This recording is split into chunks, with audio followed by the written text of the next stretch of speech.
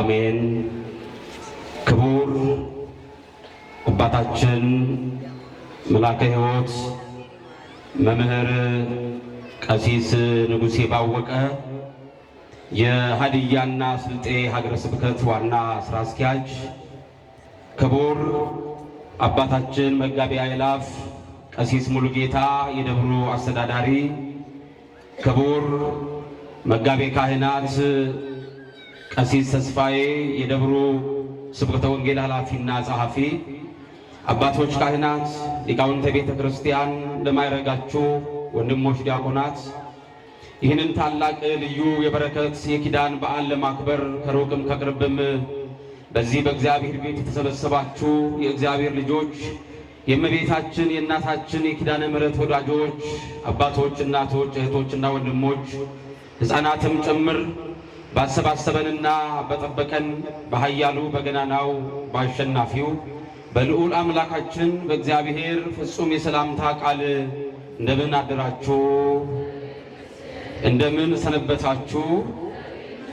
ስሙን እንድንጠራ ክብሩን እንድንወርስ ዛሬ በዚህ ሰዓት በመቅደሱ የሰበሰበን የጌታን እናት በመስቀሉ ስር ያገኘናት ኪዳነ ምሕረት ድንግል ማርያምን ሰበብ አድርጎ በመቅደሱ ሞልተን እንድናከብር ደግሞ ይህንን ልዩ ሰዓትና ጥሩ ጊዜ የተወደደ ሰዓት የሰጠን የአባቶቻችን አምላክ ቅዱስ አምላካችን እግዚአብሔር ስሙ ለዘላለሙ የተመሰገነ ይሁን።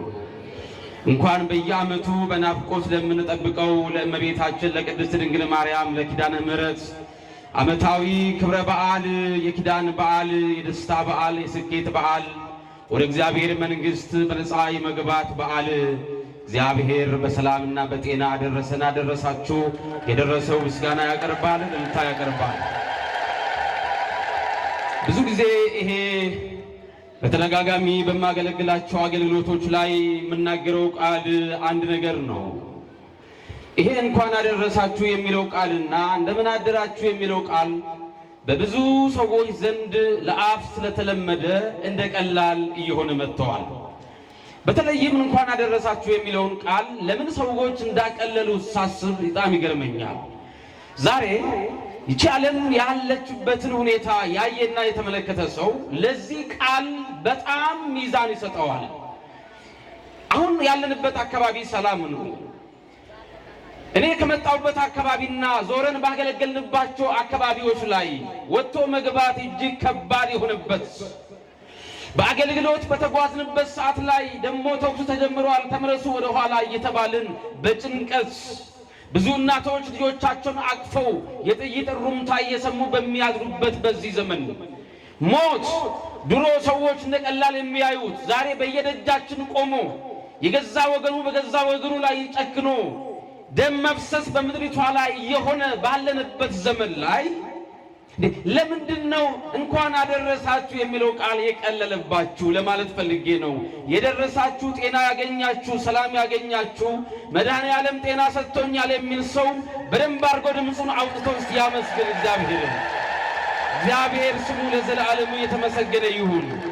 ለተወሰኑ ጥቂት ደቂቃዎች እጅግ በጣም ተወዳጁ አባታችን መላከ ሕይወት አንደበተ ርቱዕ የወንጌል አባት እጅግ ስላዘዙኝ እንጂ ለሳቸው አይነት ወንጌላዊ አባት በስተጀርባ የሆነው ማገልገሉ ለኔ ይከብደኛል። ቡራኪያቸው ከኔ ጋራ ከሁላችንም ጋራ ይሁን። የተወሰኑ ደቂቃዎች ከመረጥኩት ጋራ ቃል ኪዳኔን አደረግኩ በሚል የእግዚአብሔርን ቃል እንሰማለን። ይሄ ቃል የዳዊት መዝሙር 88 ቁጥር 3 ላይ የተጻፈ ቃል ነው። ከመረጥኩት ጋራ ቃል ኪዳኔን አደረግኩ ይላል። ይሄንን ቃል በመዝሙሩ ላይ መዝሙረኛው ዳዊት ቢጽፍም እግዚአብሔር ግን አስቀድሞ የተናገረውን ቃል ዳዊት መናገሩ ቃሉን ያለውም እግዚአብሔር ነው። ወዳጆቼ ክርስቲያኖች፣ እግዚአብሔር ሰዎችን ይመርጣል። ከዚህ በፊትም በስጋም በመጣ ጊዜ ጌታ ብዙ ሰዎችን ብዙ አባቶችን መርጠዋል እና እነዚህም ቅዱስ ጳውሎስ እንደተናገረው የመረጣቸውን ጠራቸው፣ የጠራቸውን ደግሞ አከበራቸው ብሎ ይናገራል። እና ይመርጣል። ለምንድን ነው ግን የሚመርጠው እግዚአብሔር? እግዚአብሔር የሚያስፈልጉትን ጀግና የሆኑ የወንጌል ልብ ያላቸውን በደንብ አድርጎ ስለሚያውቃቸው እሱ ፈቅዶ መርጧቸዋል። ዛሬ እንኳ ከኔ ጀምሮ እዚህ ካሉ አባቶች ጀምሮ ከናንተ ጀምሮ ሁላችንም ዛሬ በመቅደሱ የተገኘነው የተመረጥነው ነው። መርጦናል እግዚአብሔር ለክብሩ እና የመረጣቸውን ብዙ ጊዜ ያቀርባቸዋል። ካቀረባቸው በኋላ ደግሞ ምን ያደርጋቸዋል? የልብ ወዳጅ ያደርጋቸዋል፣ ምስጢረኛ ያደርጋቸዋል። እነዚህ የልብ ወዳጆችና የእግዚአብሔር ምስጢረኞች በመጽሐፍ ቅዱስ ላይ እንደሰማነው ቅዱሳን ይባላሉ። እስቲ ቅዱሳን በሉላችሁ በለዋ። ቅዱሳን ናቸው እና እግዚአብሔር እንደ ልቡ የሚወዳቸው ሐሳቡን ያካፍላችኋል። መቼም ሰው ሐሳቡን ምስጢሩን የሚያካፍለው ለሚወደው። አሁን የተቸገረ ሰው፣ በጣም የተጎዳ ሰው፣ በደል የደረሰበት ሰው፣ የተጨነቀ ሰው በመጀመሪያ ጊዜ ስልኩን አንስቶ ደውሎ ሐሳቡን የሚያካፍለው የሆነውን ነገር የሚነግረው ለሚወደው ሰው። ስልክ የሚደውለው ለወዳጅ ነው፣ ለልብ ወዳጅ ነው እና አይደብቀውም። እንደዚህ ሆኜ እገሌ እንደዚህ ጎርቶኝ እንደዛ ተዋርጄ ይሄ ከስሬ እያለ ያለውን ነገር በዝርዝር ለሚያወራው ለሚወደው ወዳጅ። እግዚአብሔር ይሄንን ዓለም እንዴት እንደሚያደርግ፣ እንዴት እንደሚያድን፣ እንዴት እንደሚጠብቅ የሚገርመው ለልብ ወዳጆቹ ለቅዱሳኑ ነው የተናገረው። እንዴት የሚገርም ዕድል ነው! እንዴት የሚገርም ደስ የሚል ነገር ነው! ለሚወዳቸው እንደሚያድናቸው ተናገረ። መርጧችኋላ። የተመረጠ ሰው ሁሉ ይነገረዋል። እግዚአብሔር አይደብቅም። ከመረጥኳቸው ጋር ቃል ኪዳን አደረግኩ ይላል። ዛሬ በየካቲት 16 በኢትዮጵያ ኦርቶዶክስ ተዋሕዶ ቤተክርስቲያን የምናከብረው የኪዳን ቀን ብለን ነው። እስቲ የኪዳን ቀን በሉላችሁ። እስቲ ኪዳነ ምህረት በሉ። እስቲ የድንግል ማርያም ኪዳነ ምህረትን የተቀበለችበት ለኔና ለእናንተ ቃል እግዚአብሔር የገባበት ቃል ኪዳንን የተቀበለችበት ቀን ብለን ባጭሩ ከድንግል ማርያምን በፊት እግዚአብሔር ለቅዱሳኑ ቃል ኪዳን በብዙ መልክ ይገባ ነበር። በመጽሐፍ ቅዱስ ላይ 7ቱ ኪዳናት የሚባሉ አሉ። 7 ኪዳናት ለስድስት አባቶች አስቀድሞ እግዚአብሔር ቃል ኪዳን ገብቶ ነበረ። እግዚአብሔር ይገርማቸዋል፣ ይህንን ኪዳን መግባት ይወዳል። ኪዳን ይገባል፣ በቃ ደስ ብሎት ይናገራል። አደርጋለሁ ይላል። 7ቱ ኪዳናት ሲበሉ 7ቱ ምን? ድምፅ ከፍ ይበላ። ቶሎ ብዬ እናገራለሁ። እናንተ እኔ ካልኩ በኋላ ተናገሩ። ደቂቃዎች ነው የምቆየው። አንደኛው ኪዳን ኪዳነ አዳም። ድምፃችሁን ከፍ። ኪዳነ ማ ብያችኋለሁ? ድገሙ ነበሩኛ። ሁለተኛው ኪዳን ኪዳነ ኖህ። እስቲ ኪዳነ ኖህ በሉ።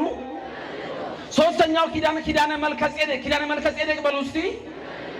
አራተኛው ኪዳን ኪዳነ አብርሃም በሉ እስቲ። አምስተኛው ኪዳነ ሙሴ በሉ እስቲ። ስድስተኛው ኪዳነ ዳዊት በሉ እስቲ። ሰባተኛው ደግሞ ዛሬ የተሰባሰብንበት ኪዳነ ምህረት። አሁን ድምጻችሁ ይውጣ። ኪዳነ ምህረት በለዋ። ሰይጣን እንደማይወድም ደግማችሁ በለዋ። ምስጋና ጭብጨባ ለኪዳነ ምህረት እጅግ ያንሳል። ክብር ይግባው እግዚአብሔር። ኪዳነ ምህረትን የሰጠን እግዚአብሔር ስሙ የተመሰገነ ይሁን። ድንግል ማርያምን የሰጠን እግዚአብሔር ስሙ የተመሰገነ ይሁን። እና አስቀድሞ እግዚአብሔር ለአባቶቻችን ኪዳን ገባላቸው። ለምሳሌ አዳምን ከሰማይ ወርጄ አድንሃለሁ ብሎ ውልና ኪዳን የሚለው ቃል ትርጉሙ ራሱ ውል፣ ስምምነት ማለት ነው። እና እግዚአብሔር አስቀድሞ ላጠፋው ከገነትም ለወጣው ወደ ምድረ ፋይር ለወደቀው ለአዳም እንደሚያድነው ቃል ኪዳን ገብቶለት ነበር። ይሄንን ቃል ኪዳን ካገባ በኋላ እግዚአብሔር ዝም ብሎ ጽፎ አሁን ሰው ውልና ስምምነት መሬት ሲገዛ፣ ኮንዶሚኒየም ሲገዛ፣ ዕቃ ሲገዛ እንደሚዋዋለው ብቻ አይደለም፣ ምልክት ያስቀምጣል እግዚአብሔር። ለምሳሌ እግዚአብሔር አዳምን አድናለሁ አለው። ለማዳኑ ደግሞ ምልክት አስቀመጠ። ምልክቱ ነቢዩ ኢሳይያስ በ7ኛው ምዕራፍ ቁጥር 14 ላይ ጌታ ራሱ ምልክት ይሰጣችኋል ያለው ነው። ምንድነው ምልክቱ? እነሆ ድንግል ትጸንሳለች፣ ወንድ ልጅንም ትወልዳለች፣ ስሙንም ማን ብላ ትጠራዋለች? አማኑኤል ብላ ትጠራዋለች። ይሄ ኪዳን ነበር። ምልክት ነው የሚያስቀምጠው። ካላደረኩ ሰዎች ለምንድን ነው ግን ኪዳን የሚገባላቸው? ሰው ተጠራጣሪ ነው። እግዚአብሔርን አያምንም፣ ሰውንም አያምንም። እንደሚታወቀው ብዙ ጊዜ በመሐላ እናምናለን። መሐላ በተደጋጋሚ ጠዋትና ማታ ለሚረባው ለማይረባው ስንምል እናያለን። እና እግዚአብሔር የሰዎችን ጥርጣሬ ለማጥፋት ቃል ኪዳንና ውል ያስቀምጣል፣ ምልክት ያስቀምጣል። አሁን እኮ የምታዩት ነገር ነው። አንድ ሰው የዛሬ ወር ደሞዜ ከገባልኝ 5,000 ብር እሰጣለሁ ብሎ ለሰውየው ከተናገረ ያ ሰው በደንብ አድርጎ በእውነት በደንብ አድርጎ እንትን እንዲህ እስቲ ማልልኝ፣ እስቲ መድኃኒዓለምን በል ይለዋል። ይሄው መድኃኒዓለምን እሰጣለሁ ይለዋል። አያምንም፣ ይጠራጠራል። እኔ ምን ይለዋል? ያልኩ ግን ትክክል ነው፣ እውነት ነው ይልና እስቲ ማርያምን ደግሞ በልልኝ፣ ማርያምን ደግሞ ይላል። እሱንም አያምንም። ግን ቅድም ያልኩ ትክክል ነው፣ እስቲ እጄን ምታ ደግሞ ይላል።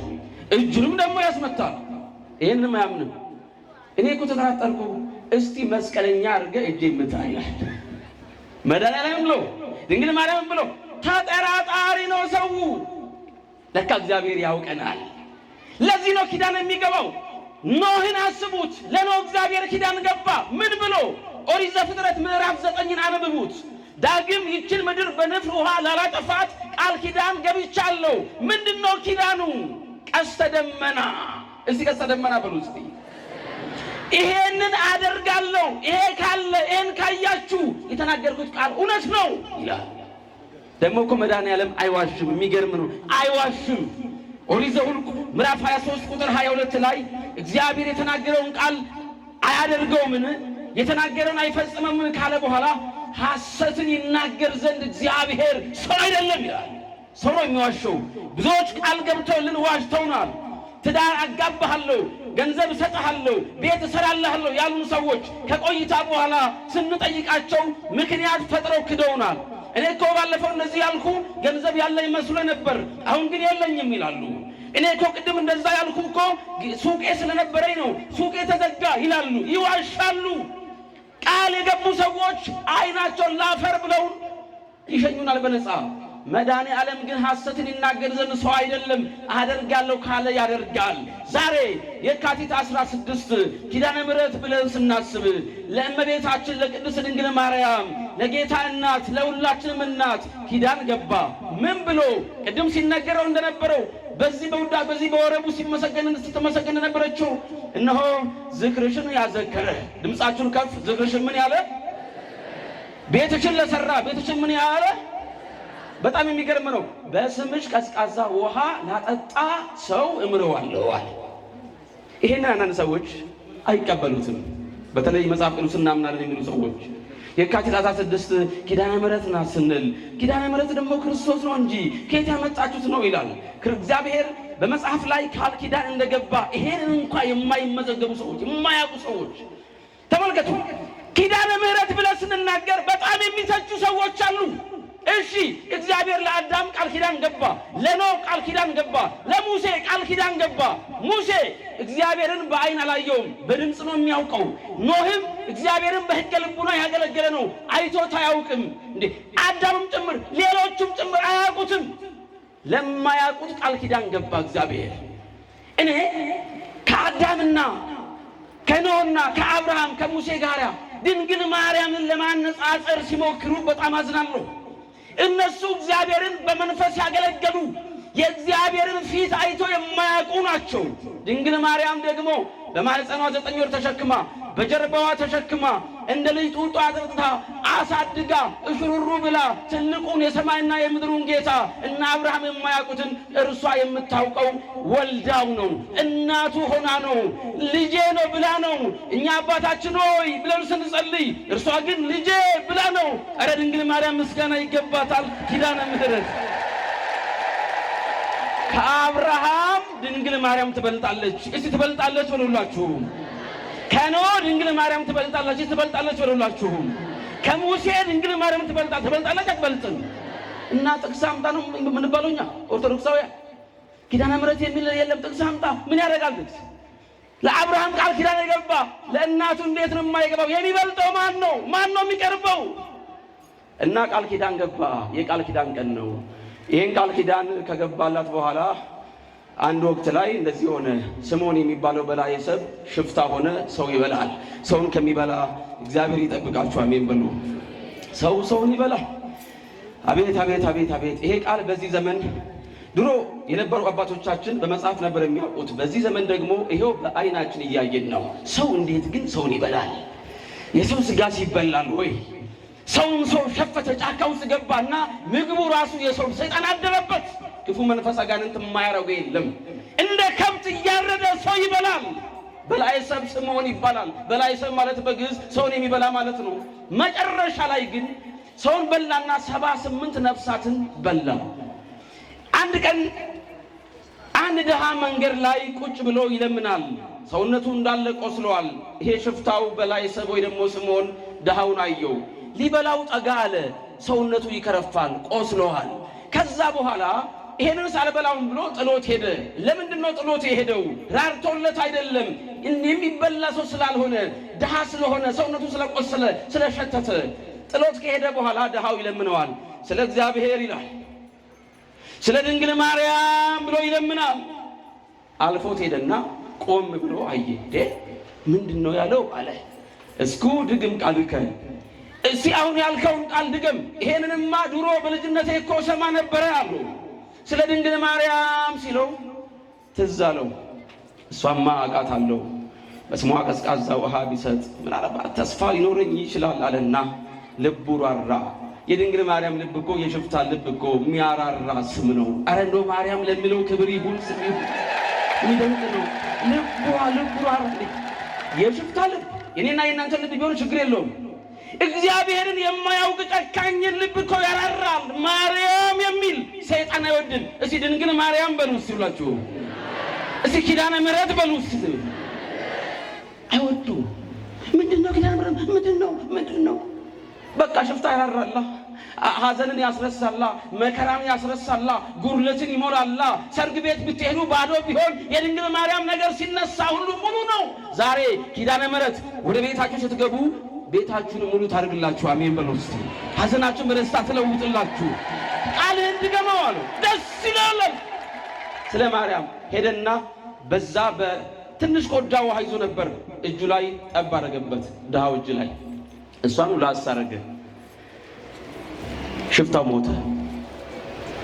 አስቀድሞ ኪዳኑ የነበረው በስምሽ ቀዝቃዛ ውሃ የሰጠ የሚል ነበር። ሲኦል ይውረድ ተባለ። 78 ነፍሳት የሞተ ሰው መቼም ገነት አይገባም። የድንግል ማርያም ምልጃ። አሁን ድንግል ማርያም ቆመች፣ በልጇ በክርስቶስ ፊት ቆመች። ጌታ ሆይ አስቀድመህ እኮ ስለኔ የተናገርከው ቃል ነበረ።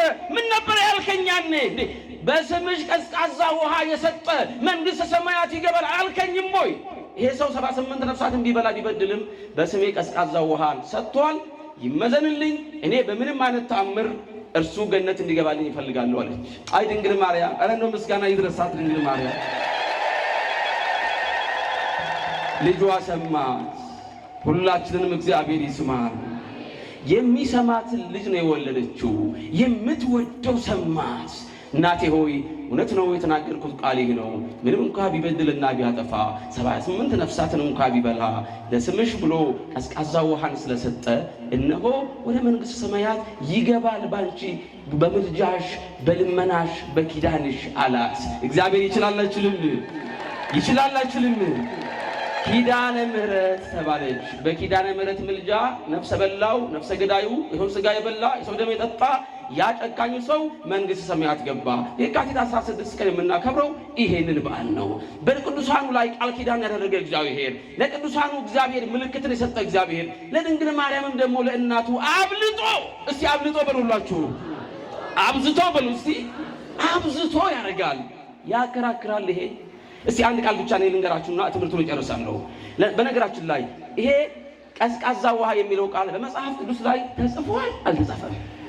የማቴዎስ ወንጌል ምዕራፍ 10 ቁጥር 41 ላይ መጽሐፍ ቅዱስ ተሸክመው የሚሄዱ ሰዎች ይሄ እንኳን አልገባቸውም። አሁን እነሱ ጉዳያቸውና ጠላትነታቸው ከድንግል ማርያም ጋር ስለሆነ በቃ የድንግል ማርያም ጉዳይ በጣም ይከብዳቸዋል። ምንም ጥቅስ ቢኖር እንኳን አይቀበሉም። ሰይጣን ወጥሮ ከያዛችሁ እኮ እነዚህ ነው የምትሆኑት። ጌታ ምን አለ? ማቴዎስ 10 ቁጥር 41 ላይ ከነዚህ ከታናናሾቹ በደቀ መዛሙርቴ ስም ቀዝቃዛ ውሃን የሚያጠጣ ዋጋው አይጠፋበትም። ቀዝቃዛ ውሃ በሉ እስቲ። ቀዝቃዛ ምን በሉ እስቲ? ቀዝቃዛ ውሃ በሉ እስቲ። መጽሐፍ ቅዱስ ላይ ተጽፏል አልተጻፈም? ዛሬ የካቲት 16 ቀን ድንግል ማርያምን ተማጽኖ ስሟን ጠርቶ ለደሃው ለበላዔሰብ ለደሃው ቀዝቃዛ ውሃ ሰጠ ነው ያልነው። ቀዝቃዛ ውሃ የሰጠ ሰው ደግሞ ይጸድቃል ይላል መጽሐፍ ቅዱስ። ይሄ መጽሐፍ ቅዱስ እነሱ ጋርም አለ እኛ ጋርም አለ። እንደውም ደቀ መዛሙርቴ ነው ያለው። እስቲ ቆይ፣ ደቀ መዝሙር ማለት አገልጋይነት ማለት ነው። ድንግል ማርያም ከደቀ መዛሙርትነትም ትበልጣለች አይደለች? እናት ናት። ተከታይ ማለት ነው። እነ ጴጥሮስ እነ ዮሐንስ ሌሎቹ ሁላችንም እሷ ከዚህም ትበልጣለች። ደቀ መዝሙርነትና እናትነት ሰማይና ምድር ያህል ይለያያል። እና በደቀ መዛሙርቴ ቀዝቃዛ ውሃን የጠጣ ዋጋው የጠፋበት መንግሥተ ሰማያት ይገባል ከተባለ በድንግል ማርያም በእናቱ ስም ቀዝቃዛ ውሃ ብንሰጥ መጽሐፍ ቅዱሳዊ ነው። ተዋሂዶ አታሳፍርም። አትፈሩ፣ አንገታችሁን አታሸማቁ። መጽሐፍ ቅዱስ የሚንትና ተዋሂዶ ናት። ትክክለኛ መጽሐፍ ቅዱስ ነው የምስተገብረው። ቀዝቃዛ ውሃ መንግሥተ ሰማያት ያስገባል። እኔ አይደለም ያለሁት፣ ቃሉ ነው ያለው። ቃሉ ብቻ አይደለም፣ ኢየሱስ ክርስቶስ ነው ያለው። ዛሬ በቀዝቃዛ ውሃ በድንግል ማርያም እንሰጣለን፣ የእግዚአብሔር መንግሥት እንወርሳለን። እኔ ሳይሆን መጽሐፍ ቅዱሱ ነው ያለው። እንጸድቃለን። ደስ ይበላችሁ፣ አጨብጭቡና አክብሩ እግዚአብሔርን።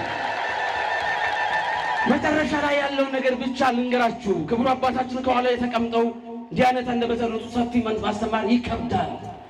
ይኸውላችሁ ኪዳነ ምሕረትን ድንግል ማርያምን ሰዎች ለምንድን ነው የሚጠላዋት? ጥያቄ ነው። የራሴም ጥያቄ ነው፣ የሁላችሁም ጥያቄ ነው። ለምንድን ነው በዚህ ደረጃ የእሷ ነገር ሲነሳ ነገሮችን ለመሸፋፈን የሚሞክሩት? አሁን ለምሳሌ እያመሰገንን ነው፣ እያጨበጨብን ነው። አመስግኑ አልኳችሁ፣ እያጨበጨባችሁ ነው። እና ይሄ ጭብጨባ ለእርሷ ሲሆን ለምንድን ነው ከክርስቶስ ቀምተን ለእርሷ ብቻ እንደሰጥን አድርገው ጠዋትና ማታ የሚናገሩት? ለመሆኑ ለድንግል ማርያም ምስጋና ብንሰጥ ተሰባስበን መጽሐፍ ቅዱሳዊ አይደለምን? ለመሆኑ ለድንግል ማርያም ብናጨበጭብና እልል ብንል ይሄ መጽሐፍ ቅዱሳዊ አይደለምን? ሮሜ 2 ምዕራፍ 10 ላይ አንብቡት። በጎ ሥራ ለሚያደርጉ ምስጋናና ክብር ይሆንላችኋል ይላል። በጎ ሥራ ማለት እኮ በእግዚአብሔር ፊት በልጇ ፊት ቆሟ ያ ለድሃው የሰጠውን 78 ነፍስ የበላው መንግሥተ ሰማያት ይግባልኝ ማለት ነው። ከዚህ የበለጠ በጎ ሥራ ምን አለ? በጎ ሥራ የምትሠራ ናት እሷ። ደግ ናት። በደግነቷ እናመሰግን። በጎ ሥራ ለሚያደርጉ ምስጋናና ክብር ይሆንላቸዋል ከተባለ ማን ነው ሰርግ ቤት ሄዶ ወይን የላቸውም ጌታ ሆይ ብሎ ያማልደው? ድንግል ማርያም። እስኪ ድንግል ማርያም በሉ እስኪ። ታዲያ የበጎ ሥራ ነው። 78 ነፍስ በላ። አዎ። ቀዝቃዛ ውሃ ግን በስሜ ሰጥቷል ጌታ ይቅር በለው ያለችው ማን ናት? ድንግል ማርያም። ድንግል ማርያም በሉ እስቲ። በጎ ሥራ ከዚህ የበለጠ የለም። ምስጋና ይገባታል ለኪዳነ ምሕረት ለድንግል ማርያም። እንደውም ሰይጣን ክፉ ነው። ከሰይጣን እግዚአብሔር ይጠብቃችሁ። ለያየን ምን ኑፋቄ ዘራ፣ አለያየን። ሰዎች እግዚአብሔርን ድንግል ማርያምን እንዳያውቁ ሆነን። አቤት ይሄ ሰይጣን ምን ያላረገን ነገር አለ! ለያየን። በአንድ ወንጌል ማመን ሲገባን ጠዋትና ማታ ኑፋቄ እየዘራ የሰዎችን አእምሮ አበላሸ። ሰይጣን እኮ በጣም ክፉ ነው። አንድ ሴት ባለፈው ጊዜ ደወለችና ተጨነቀች። በሰይጣን ፈተና ተጨነቀች። መምህር አለችኝ፣ አንድ ጥያቄ ልጠይቅ። ምንድን ነው አልኳት። ሰይጣን መቼ ነው የሚያገባው አለች። እንዴ ምን ማለት ነው? ሰይጣን እኮ አያገባም አልኳት። አይ እንደው ቢያገባና ቢወልድ ትንሽ ይረጋጋ ነበር አለች። ይረጋጋ ነበር። እየተንቀጨቀጨ እኮ አስቸገረ። ምክንያቱም የወለደ ሰው ከኑሮ ጋር ሲታገል፣ ኧረ እሱ አያገባም እንደው ባረገለት እንደሆነ ነበርኩ ለመጀመሪያ መልካም ጋብቻ ብሎ ነበርኩ ባረገለት። ሰይጣን ነው ይሄንን የዘራው፣ ኑፋቄ የዘራው። ስለዚህ ኪዳነ ምሕረት አማላጄ ናት። በኪዳኗ አምናለሁ። እስቲ እጁን ያውጣ። የመጨረሻ እጁን ያውጣ። ጨርሻለሁ። እስቲ ኪዳነ ምሕረት በረም አውጣ።